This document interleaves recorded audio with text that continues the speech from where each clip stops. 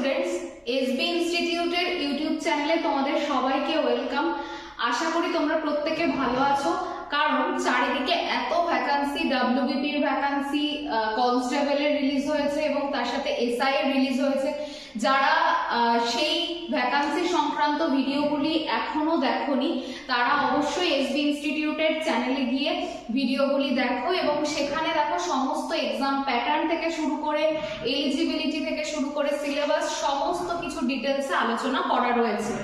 তার জন্য দেখো এসবি ইনস্টিটিউটের ইউটিউব চ্যানেলকে তোমাদেরকে সাবস্ক্রাইব করে রাখতে হবে, কারণ এই চ্যানেলে প্রতিনিয়ত নতুন নতুন ভ্যাকান্সি সংক্রান্ত ভিডিও আপডেট জানানো হয়, ভিডিওর মাধ্যমে আপডেট দেওয়া হয় এবং তার সাথে সাথে দেখো সরকারি চাকরির প্রস্তুতির জন্য যে বিষয়গুলো আমাদের খুবই উপযোগী সেই বিষয়ে কিন্তু প্রতিনিয়ত নতুন নতুন টপিক আমাদের আলোচনা করা হয়। সেই জন্য এসবি ইনস্টিটিউটের ইউটিউব চ্যানেলকে সাবস্ক্রাইব করতে একদম ভুলো না। আর ভিডিও ভালো লাগলে ভিডিও শেষে লাইক করো, শেয়ার করো। ভিডিও কেমন লাগছে আর কি কি প্রয়োজন সেটাও আমাদের কমেন্ট সেকশনে জানাও। তাহলে আজকে আমি তোমাদের সামনে অ্যানশিয়েন্ট হিস্ট্রির একটা গুরুত্বপূর্ণ টপিক নিয়ে আলোচনা করতে চলেছি। আমরা গত ভিডিওতে বা গত দিনের ক্লাসে কি আলোচনা করেছিলাম, মগধের উত্থান সম্পর্কে, এবং তারপরে আমরা আলোচনা করেছিলাম হর্ষাঙ্ক বংশ সম্পর্কে। আজকে আমরা হর্ষাঙ্ক বংশ যেই শেষ হচ্ছে, হর্ষাঙ্ক বংশকে বলা হতো পিতৃহন্তা বংশ, কারণ সেই বংশের প্রত্যেকটা রাজাই কিন্তু তার পিতাকে হত্যা করে জোর করে সেই সিংহাসনটা কিন্তু রাজ সিংহাসনটা অধিগ্রহণ করেছিলেন, সেই জন্য বলা হতো পিতৃহন্ত বংশ। এবার আমরা দেখতে পাবো যে হর্ষাঙ্ক বংশের শেষ হচ্ছে এবং তারপরেই যে বংশের সূচনা হচ্ছে সেটা সেই বংশের নাম হচ্ছে শিশুনাগ বংশ। তাহলে এবার শুরু হচ্ছে শিশুনাগ বংশ। আমাদেরকে প্রথমে আগে দেখে নিতে হবে এই শিশুনাগ বংশের সময়কালটা ঠিক কিরকম ছিল। দেখো, শিশুনাগ বংশ 430 থেকে 345 বিসি পর্যন্ত চলেছিল এই শিশুনাগ বংশটা। এবার দেখো, শিশুনাগ বংশের যারা রাজা ছিলেন তাদের মধ্যে উল্লেখযোগ্য হচ্ছেন যে দুজন রাজা, তারা হচ্ছেন প্রথমত তো শিশুনাগ আর দ্বিতীয়ত হচ্ছে কালাশোক, যার আরেকটা নাম ছিল কাকবর্ণ। এবার দেখো, এই যে জায়গাগুলো এখান থেকে আমাদের খুব লিমিটেড এবং কিছু গুরুত্বপূর্ণ প্রশ্নই পড়তে হবে, যেগুলো পরীক্ষার জন্য আসার মতো বা পরীক্ষার উপযোগী প্রশ্ন। যেরকম প্রথম দেখো, হর্ষাঙ্ক বংশের পর শিশুনাগ বংশকে মগধের সিংহাসনে বসানো হয়। তাহলে যদি বলে হর্ষাঙ্ক বংশের পর কোন বংশ মগধে রাজত্ব করেছিল, তাহলে আমাদের উত্তর হয়ে যাবে শিশুনাগ বংশ রাজত্ব করেছিল। তারপর দেখো কি বলা হচ্ছে যে এই যে মগধ, আমরা বারংবার শুনছি যে মগধ কি করছে, নিজের আধিপত্য বিস্তার করছে ক্রমাগত। তার কারণ কিছু বা মগধের উত্থানের কারণ এটা দেখবে আগের দিনের ক্লাসে আলোচনা করা হয়েছে, সেখান থেকে দেখবে যে মগধ কেন এত শক্তিশালী হয়ে উঠছিল। এবার যেটা জানতে হবে যে মগধে দেখো ধীরে ধীরে আরো অনেক মহাজনপদ বা অনেক রাজ্য কিন্তু মগধের অন্তর্ভুক্ত হচ্ছিল। তাদের মধ্যে অন্যতম দেখো শিশুনাগ বংশ। সেই শিশুনাগ বংশ হচ্ছে মগধের যারা চিরশত্রু ছিল অবন্তী এবং বৎস। অবন্তী এবং বৎস এই দুটো রাজ্যকে জয় করে শিশুনাগ এবং মগধের অন্তর্ভুক্ত করে মগধের শক্তি বৃদ্ধি করে। তাহলে এটা গুরুত্বপূর্ণ যে শিশুনাগ তিনি কোন জায়গাটাকে অন্তর্ভুক্ত করেছিলেন মগধের, তাহলে সেটা মনে রাখবে অবন্তী এবং বৎস। এই প্রসঙ্গে বলে রাখা ভালো, কৌশলকেও কিন্তু তিনি ধীরে ধীরে চেষ্টা করেছিলেন নিজের বাজেয়াপ্ত করার, কিন্তু সেটা পারেননি। কৌশলের ওপর কৌশলকে মগধের অন্তর্ভুক্ত পুরোপুরি তিনি কিন্তু করে যেতে পারেননি।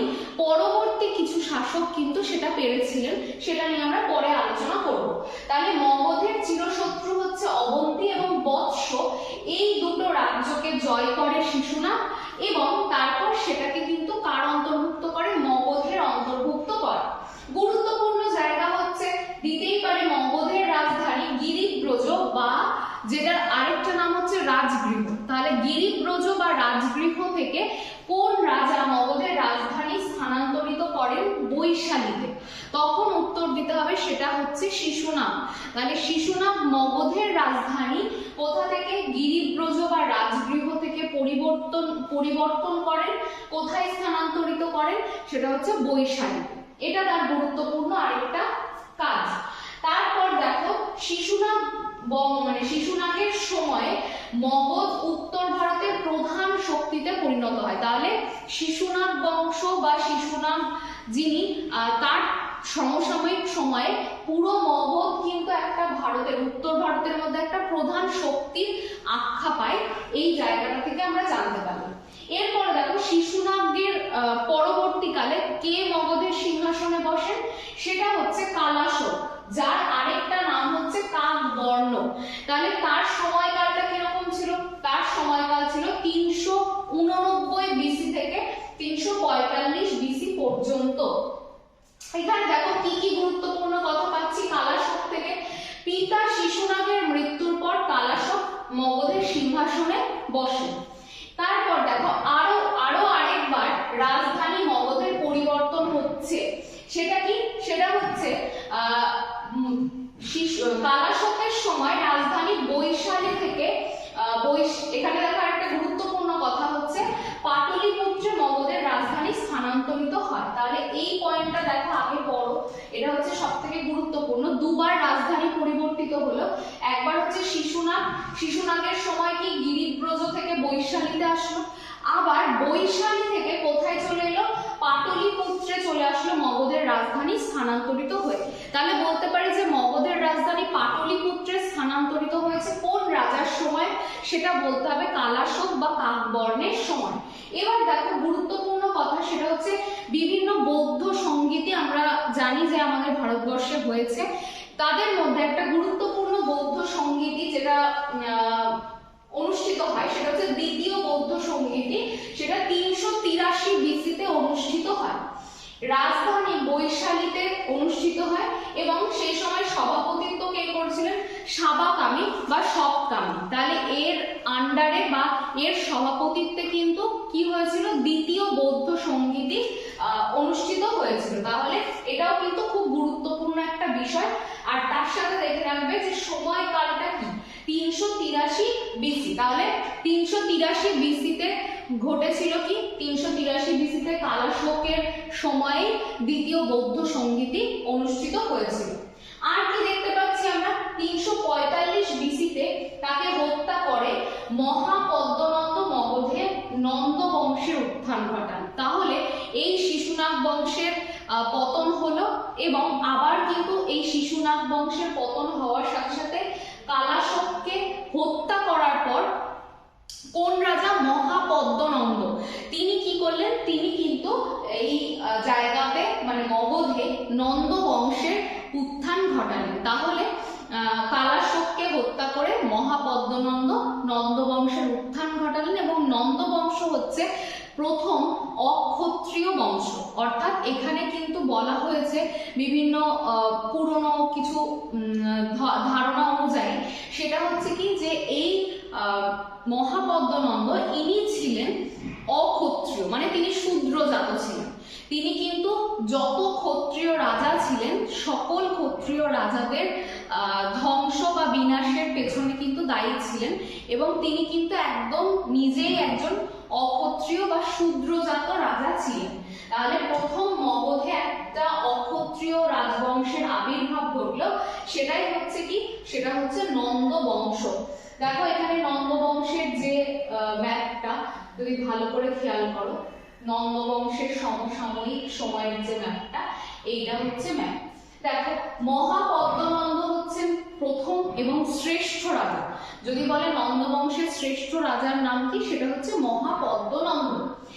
এবার দেখো কি বলছে? কালাশোককে পরাজিত করে মগধে নন্দ বংশের উত্থান ঘটে এবং প্রথম যদি শূদ্রজাত বা অক্ষত্রিয় রাজবংশ কিছু হয়ে থাকে সেটা হচ্ছে নন্দ বংশ। নন্দ বংশ হলো প্রথম অক্ষত্রিয় রাজবংশ যারা মগধ অধিকার করে। এরপরে দেখো খুব ইম্পর্টেন্ট, সেটা হচ্ছে এই মহাপদ্মনন্দ কিন্তু মানে সাম্রাজ্য বিস্তারের উপর খুবই জোর দিয়েছিলেন এবং তিনি কিন্তু ধীরে ধীরে বিভিন্ন জায়গা নিজের মানে আয়ত্ত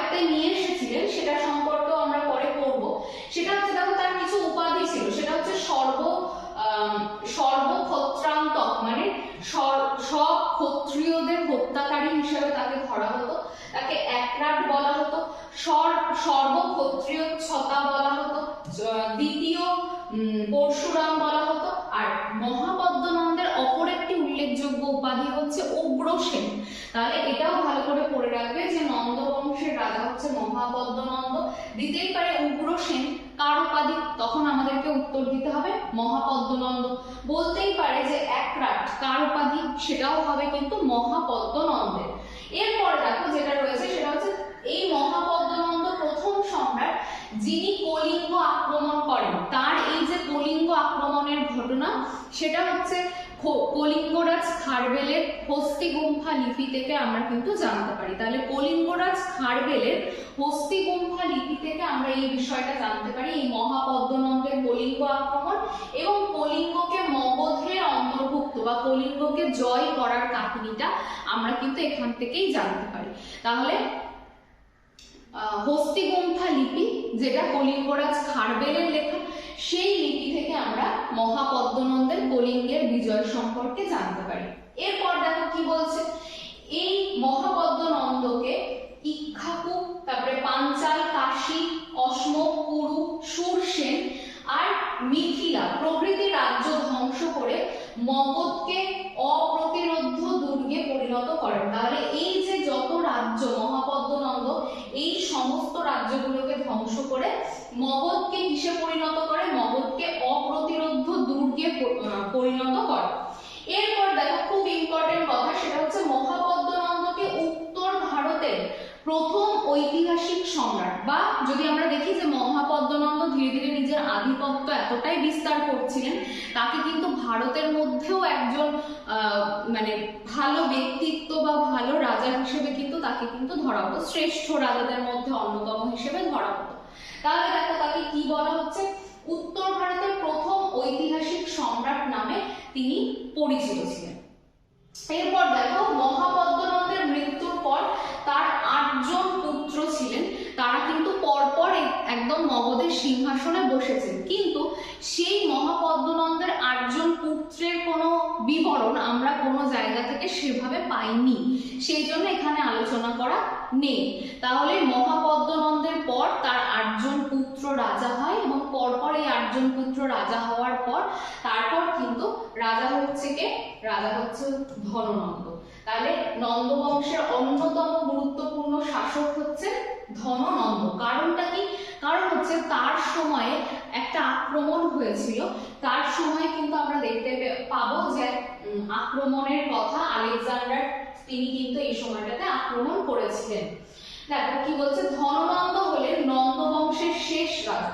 তাহলে নন্দ বংশের প্রথম রাজা মহাপদ্মনন্দ, তিনি শ্রেষ্ঠ রাজা, আর ধননন্দ হচ্ছে সর্বশেষ রাজা। মধ্যের 8 জন রাজার উল্লেখ কিন্তু আমরা কোথাও সেভাবে পাই না। এখানে কি বলছে যে তার সময় গ্রিক বীর আলেকজান্ডার, মানে গ্রিসের উত্তর পশ্চিম দিকে ম্যাসিডোনিয়ার একজন রাজা ছিলেন আলেকজান্ডার, তিনি 324 বিসিতে ভারত আক্রমণ করেন। তিনি ওই হিন্দুকুশ পর্বতমালা দিয়ে ধীরে ধীরে কোথায় আক্রমণ করলেন? ভারতে আক্রমণ করলেন। তার আক্রমণ থেকে বিরত থাকে। দেখো এখানে কি বলছে, মগধ আক্রমণ থেকে তিনি কিন্তু বিরত থাকে। তাহলে কোন গ্রিক বীর ধননন্দের সময় ভারতে আক্রমণ করেছেন সেটা বলতে হবে আলেকজান্ডার। কিন্তু তিনি যতই ভারত আক্রমণ করুক, হিন্দুকুশ পর্বতমালা দিয়ে তিনি প্রবেশ করেছিলেন ভারতে, এবং তিনি কিন্তু বলছে কি যে মগধ আক্রমণ থেকে কিন্তু পুরোপুরি বিরত থাকে। তারপর দেখো গ্রিক পণ্ডিতরা তাকে একটা নামে ডাকে, সেটা হচ্ছে অ্যাগামিস বা জ্যান্ড্রামিস, এই নামটাতে কিন্তু ডাকা হয়। তাহলে জ্যান্ড্রামিস নামে কিন্তু তাকে আখ্যায়িত করা হয়, গ্রিকরা তাকে ডাকে। দেখো তৎকালীন মগধের, মানে যদি আমরা ধননন্দের বিষয়ে দেখি, তার কিন্তু অগাধ, মানে প্রচুর, যদি আমরা দেখি যে মানে প্রচুর তার সামরিক বাহিনী ছিল। কি কি ছিল দেখো, 2 লক্ষ পদাতিক সৈন্য ছিল, 20,000 অশ্বারোহী ছিল, 2,000 রথ ছিল এবং 3,000 রণহস্তি দ্বারা গঠিত বিশাল সামরিক বাহিনীর ব্যয় নির্বাহের জন্য ধননন্দ প্রজাদের উপর কর ভার আরোপ করতে থাকেন। এভাবে তিনি ধীরে ধীরে প্রজাদের কাছে ঘৃণার পাত্র হয়ে উঠলেন। তাহলে ধননন্দ কেন ধীরে ধীরে ঘৃণার পাত্র হলেন? কারণ হচ্ছে এই যে বিপুল সামরিক শক্তি, মানে এত অশ্বারোহী, এত পদাতিক সৈন্য, এদেরকে তো মেনটেনেন্স করার জন্য একটা তো অর্থের প্রয়োজন। সেটাই কিন্তু ধননন্দ কি করতেন, সেই অর্থটা নিতেন তার প্রজাদের কাছ থেকে। তার ফলে কি হতে থাকলো, প্রজাদের ওপর করের বোঝা বাড়তেই থাকলো। তার জন্য দেখো ধননন্দ ধীরে ধীরে ঘৃণার পাত্রে পরিণত হলেন। এরপর দেখো এই অবস্থায় কৌটিল্য নামক ব্রাহ্মণ কূটনীতিকের চাতুর্যের গুণে চন্দ্রগুপ্ত মৌর্য, যিনি ধননন্দকে পরাজিত এবং নিহত করে নন্দ বংশের সমাপ্তি ঘটায়। তাহলে এরপরে আমরা দেখতে পেলাম চন্দ্রগুপ্ত মৌর্য, যিনি কৌটিল্যের সমস্ত কূটনৈতিক বুদ্ধির ওপর ভিত্তি করে কি করতে শুরু করলেন, এই ধননন্দকে আক্রমণ করলেন, তাকে নিহত করলেন এবং নতুন আরো একটা মগধে নতুন একটা রাজবংশের উত্থান ঘটলো, যেটা হচ্ছে মৌর্য রাজবংশের উত্থান ঘটলো। আচ্ছা, এরপর দেখো মৌর্য বংশ। তাহলে দেখো এই যে মগধের উত্থান, তারপর আমরা পড়েছি হর্ষাঙ্ক বংশ, তারপর করলাম শিশুনাগ বংশ, তারপর আলোচনা করলাম নন্দ বংশ। এবার দেখো একটা উল্লেখযোগ্য বংশ, সেটা হচ্ছে মৌর্য বংশ, যেটা প্রাচীন ভারতে একটা গুরুত্বপূর্ণ বংশ। মানে এই মৌর্য বংশের মতন কোনো বংশ প্রাচীন ভারতে আর ছিল কিনা এটা নিয়েও যথেষ্ট সন্দেহ রয়েছে। তাহলে প্রাচীন ভারতের যে গুরুত্বপূর্ণ বংশগুলো ছিল তাদের মধ্যে মৌর্য বংশ ছিল অন্যতম গুরুত্বপূর্ণ একটা বংশ।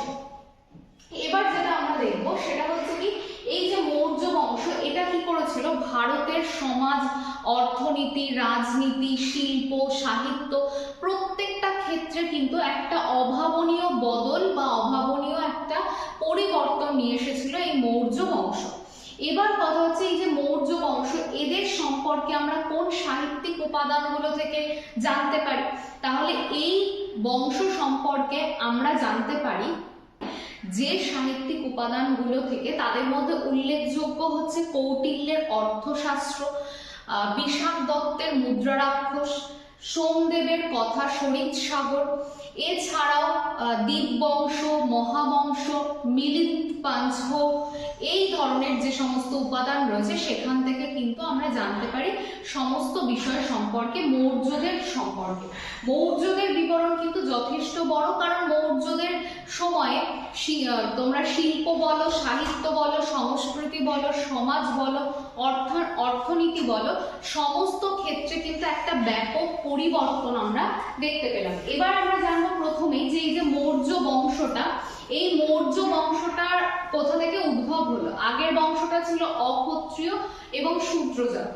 এবার দেখো কি বলছে, পুরাণের মতে মৌর্যরা ছিলেন শূদ্র বংশজাত। তাহলে পুরাণের মতে মৌর্যরা কেমন ছিলেন? মৌর্যরাও কিন্তু শূদ্র বংশজাতই ছিলেন। তার আগে অবধি, মানে নন্দ বংশের আগে অবধি সবাই কিন্তু ক্ষত্রিয় ছিল, কিন্তু এখান থেকে শুরু হয়ে গেল, নন্দ বংশ থেকে শুরু হয়ে গেল যে অক্ষত্রিয় বংশের সূচনা। কিছু ঐতিহাসিক বলেন চন্দ্রগুপ্তের মায়ের নাম মোরা থেকে মৌর্য বংশ নামকরণ হয়েছে। এছাড়াও আরো একটা বিষয় রয়েছে, সে মানে কিছু ক্ষেত্রে বলা হয়েছে, প্রাচীন ঐতিহাসিকদের থেকে জানতে পেরেছিলাম আমরা যে যেহেতু মৌর্যরা আগে প্রাচীনকালে ময়ূর পুষত, সেখান থেকে মৌর্য কথাটা এসছে এবং সেখান থেকেই এই মৌর্য শব্দের উৎপত্তি হয়েছে। তাহলে কিছু ঐতিহাসিক কিন্তু চন্দ্রগুপ্ত মৌর্যের মায়ের নাম অনুসারে এসেছে সেটাও বলেছে। বৌদ্ধ গ্রন্থ যেখানে এই মৌর্য নামক শাক্য রাজবংশ থেকে মৌর্য বংশের উত্থান সে বিষয়ে উল্লেখ করা হয়। তাহলে এখানে দেখো বিভিন্ন রকমের সোর্স রয়েছে এবং বিভিন্ন জায়গা থেকে একটা বিষয় পরিষ্কার, সেটা হচ্ছে মৌর্যরাও ছিলেন শাক্য বংশজাত গোষ্ঠী এবং তারাও শূদ্রজাত ছিলেন, তারাও কিন্তু একদমই ক্ষত্রিয় বংশজাত ছিলেন না। তারপরে দেখো পরবর্তী যে জায়গাটা, সেটা হচ্ছে কি প্রথম শাসক, মানে মৌর্য বংশের একদম প্রথম যিনি শাসক ছিলেন তিনি হচ্ছেন চন্দ্রগুপ্ত মৌর্য। তিনি মোট 24 বছর এই শাসন কার্যটা পরিচালনা করেছেন এবং সেখানে কিন্তু তিনি একটা অভাবনীয় পরিবর্তন এবং উন্নতি আমাদের মানে প্রাচীন ভারতে আর কি তুলে ধরেছিলেন। দেখো 324 থেকে 300 বিসি পর্যন্ত তিনি কি করেছিলেন, চন্দ্রগুপ্ত মৌর্য শাসন করেছিলেন, অর্থাৎ 24 বছর। প্রথমেই দেখবে যে তার উপাধি কি ছিল, তার উপাধি ছিল মহারাজাধিরাজ। তাহলে মহারাজাধিরাজ কার উপাধি, চন্দ্রগুপ্ত মৌর্যের উপাধি। গ্রিকরা তাকে সান্ড্রোকোট্টাস বলে অভিহিত করত, যার অর্থ বন্ধুত্বপূর্ণ চুক্তির মাধ্যমে গ্রিকদের সাথে সৌহার্দ্য স্থাপন করা। তাহলে দেখো সান্ড্রোকোট্রাস কে নাম দিয়েছিল বা কারা, সেটা হচ্ছে গ্রিকরা। কাকে নাম দিয়েছিল, সেই সান্ড্রোকোট্রাস নাম দেওয়া হয়েছিল কিন্তু চন্দ্রগুপ্ত মৌর্যকে।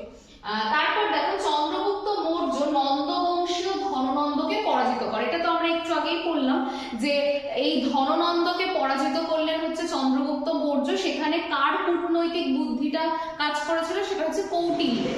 তাহলে কৌটিল্যের কূটনৈতিক বুদ্ধির দ্বারা চন্দ্রগুপ্ত মৌর্য কিন্তু ধননন্দকে পরাজিত করে নন্দ বংশের পতন ঘটালেন এবং সেখান থেকেই শুরু হয়ে গেল মৌর্য বংশ। এরপর দেখো কি বলছে যে কৌটিল্যের আনুকূল্যে মৌর্য বংশের উত্থান ঘটে। এটা তো এইমাত্রই আমরা আলোচনা করছি যে কৌটিল্যের আনুকূল্যে কিন্তু সমস্ত রকমের যত মৌর্য বংশের উত্থানের যত ঘটনা সেগুলো কিন্তু ঘটতে থাকবে। তার সময় দেখো গ্রিক বীর সেলুকাসের দূত হিসেবে মেগাস্থিনিস, যিনি ইন্ডিকা গ্রন্থের রচয়িতা, তিনি ভারতে আসেন। তাহলে প্রশ্ন দিতে পারে যে মেগাস্থিনিস কার সময় ভারতবর্ষে আসে, তাহলে সেটার উত্তর হবে চন্দ্রগুপ্ত মৌর্য। আরো একটা কথা বলতে পারে যে ইন্ডিকা যে গ্রন্থটা, সেই ইন্ডিকা গ্রন্থটা কার রচনা, সেটা হচ্ছে মেগাস্থিনিসের রচনা। এবং কোন বংশের সময় মেগাস্থিনিস ভারতে আসেন, সেটা বললে বলতে হবে মৌর্য বংশের সময় আসেন। দেখো 305 থেকে 300 বিসি পর্যন্ত তার সময়কালটাকে দেওয়া হয়েছে। আর তিনি ইন্ডিকা, এই যে ইন্ডিকা, এটাও কিন্তু আমাদের মৌর্য বংশের সম্পর্কে ধারণার জন্য কিন্তু গুরুত্বপূর্ণ সোর্স হিসেবে বা সাহিত্যিক উপাদান হিসেবে কিন্তু কাজ করে। তারপর দেখো মেগাস্থিনিসের ইন্ডিকা শীর্ষক গ্রন্থে চন্দ্রগুপ্ত মৌর্যের শাসনকাল এবং তৎকালীন ভারতের ইতিহাস জানা যায়। তাহলে আরো একটা গুরুত্বপূর্ণ ইনফরমেশন কি, যে যদি প্রশ্ন করা হয় যে চন্দ্রগুপ্ত মৌর্যের শাসনকাল সম্পর্কে কোথা থেকে জানতে পারি, আমরা যখন শুরু করলাম তখনই আমরা বললাম মৌর্য বংশ শুরুর সময়ই, সেটা হচ্ছে কৌটিল্যের অর্থশাস্ত্র ছিল, বিশাখ দত্তের মুদ্রারাক্ষস ছিল, সোমদেবের কথা শরীর সাগর ছিল, এছাড়াও দীপবংশ, মহাবংশ, এরকম প্রচুর গ্রন্থ ছিল। কিন্তু যদি এক্স্যাক্টলি উল্লেখ করে দেয় যে চন্দ্রগুপ্ত মৌর্যের শাসনকাল সম্পর্কে এবং ওই সময়ের ভারতের সম্পর্কে কোন কোন গ্রন্থ থেকে জানতে পারি, সেটা হবে মেগাস্থিনিসের ইন্ডিকা থেকে আমরা জানতে পারি। এখানে দেখো ম্যাপে একটুখানি দেখে নাও, এইটা হচ্ছে পুরো মৌর্য সাম্রাজ্য, পুরোটাই হচ্ছে মৌর্য বংশের যে আধিপত্য ধীরে ধীরে ধীরে ধীরে কৌটিল্যের কূটনৈতিক চাল এবং চন্দ্রগুপ্ত মৌর্যের যে সাহসিকতা, তার মাধ্যমে কিন্তু দেখো এতটা জায়গা, ভারতের এই জায়গাগুলো সব ছিল হচ্ছে মৌর্য বংশের অন্তর্গত, অর্থাৎ এক কথাতে বলা যেতে পারে মগধের অন্তর্গত। কারণ আমরা মগধ নিয়ে আলোচনা করছি, মগধেরই বিভিন্ন রাজবংশ নিয়ে আমরা এখানে আলোচনা করছি। এরপর দেখো কি বলছে যে খ্রিস্টপূর্ব 305 বা 305 বিসিতে গ্রিক সেনাপতি সেলুকাসের সাথে যুদ্ধে সেলুকাসকে পরাজিত করে তিনি সন্ধি করতে বাধ্য করেন। তাহলে এখানে দেখো চন্দ্রগুপ্ত মৌর্য কার সাথে সন্ধি করেছিলেন, সেলুকাসের সঙ্গে। তিনি কোথা থেকে আসলেন, তিনি আসলেন গ্রিক থেকে। তাহলে গ্রিক সেনাপতি সন্ধি অনুযায়ী সেলুকাস, এখানে একটু মিস্টেক আছে, এটা কাবুল হবে। তাহলে সন্ধিতে কি বলা ছিল, সেলুকাস কাবুল, কান্দাহার, ইরাট আর মকরান প্রদেশ ছেড়ে দিতে বাধ্য হবে এবং নিজ কন্যা হেলেনকে চন্দ্রগুপ্ত মৌর্যের সাথে বিবাহ দেন। তাহলে দেখো সেলুকাসকে কি কি বিষয়ে বাধ্য করলেন, যে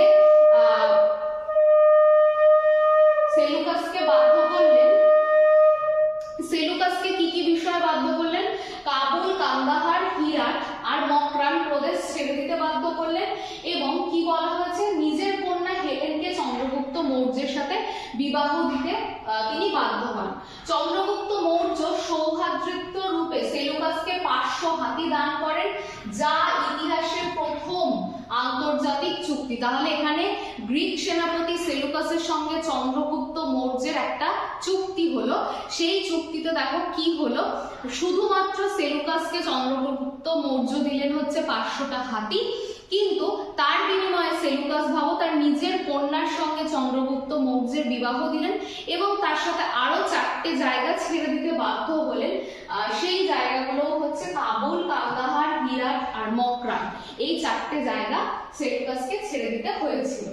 এরপর দেখো চন্দ্রগুপ্ত মৌর্য 6 লক্ষ পদাতিক সৈন্য, 30,000 অশ্বারোহী, 9,000 হস্তি বাহিনী বেষ্টিত বিশাল সেনাবাহিনী নিয়ে একে একে গুজরাট প্রদেশ, মালব অঞ্চল, দাক্ষিণাত্যের মহীশূর, তামিলনাড়ু, তারপরে দেখো তিনেভেলি, এই অঞ্চলগুলোকে মগধের অন্তর। অর্থাৎ এখান থেকে আমরা এটাই বুঝতে পারলাম যে উত্তর ভারত তো আছে, তার সাথে এবার তিনি কিন্তু ধীরে ধীরে আস্তে আস্তে দক্ষিণ ভারতের দিকে, কারণ এখানে আমরা দেখতে পাচ্ছি দাক্ষিণাত্যের মহীশূরের কথা, তাহলে সেই জায়গাগুলো কিন্তু নিজের আধিপত্য বিস্তার করতে শুরু করে দিলেন হচ্ছে চন্দ্রগুপ্ত মৌর্য। তাহলে এটাও মনে রাখতে হবে যে তিনি কিন্তু এই এতগুলো এত তার বিশাল সেনাবাহিনীর দ্বারা এই জায়গাগুলোকেও তিনি নিজে আস্তে আস্তে বাজেয়াপ্ত করলেন।